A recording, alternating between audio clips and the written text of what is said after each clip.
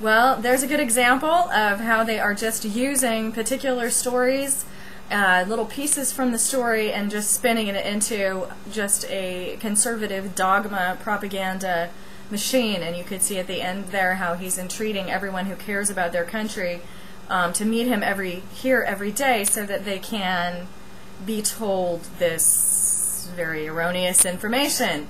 Of course, anyone who doesn't agree with them is a socialist or a communist, of which I am neither. I really don't even know specifics about those parties. I don't think that what just happened in our free market capitalistic system actually benefited the common man. I think most of the common men like me, I lost my house in foreclosure. I think a lot of people are going through those sorts of things. It has not been beneficial to us. But to call anyone who doesn't agree with it a socialist or a communist, it just shows that I don't understand why, if you have a good coherent policy, why do you have to lie about it? Why do you have to steep it all in lies and trick people?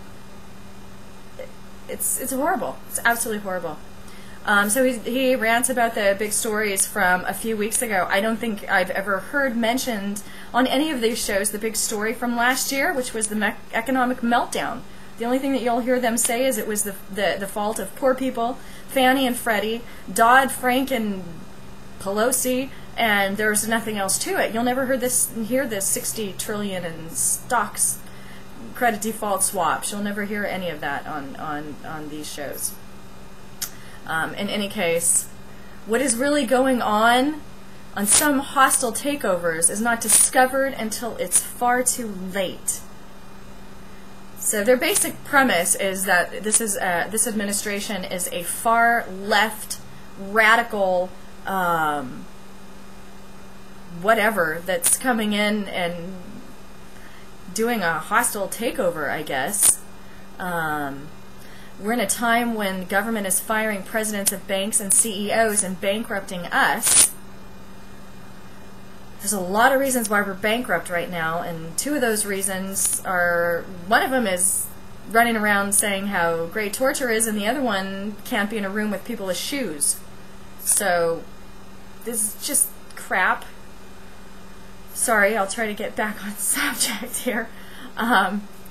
Part of the reason that this is a problem because people don't like it when CEOs make incredible, huge amounts of money. We had this huge scandal back in February that these CEOs were making all this crazy money. Well, at the same time, Republicans support them making all the money that they possibly can. So we don't love that they make all these bonuses, but we can't regulate them or tell them what to do in any way, shape, or form. So you can't have it both ways.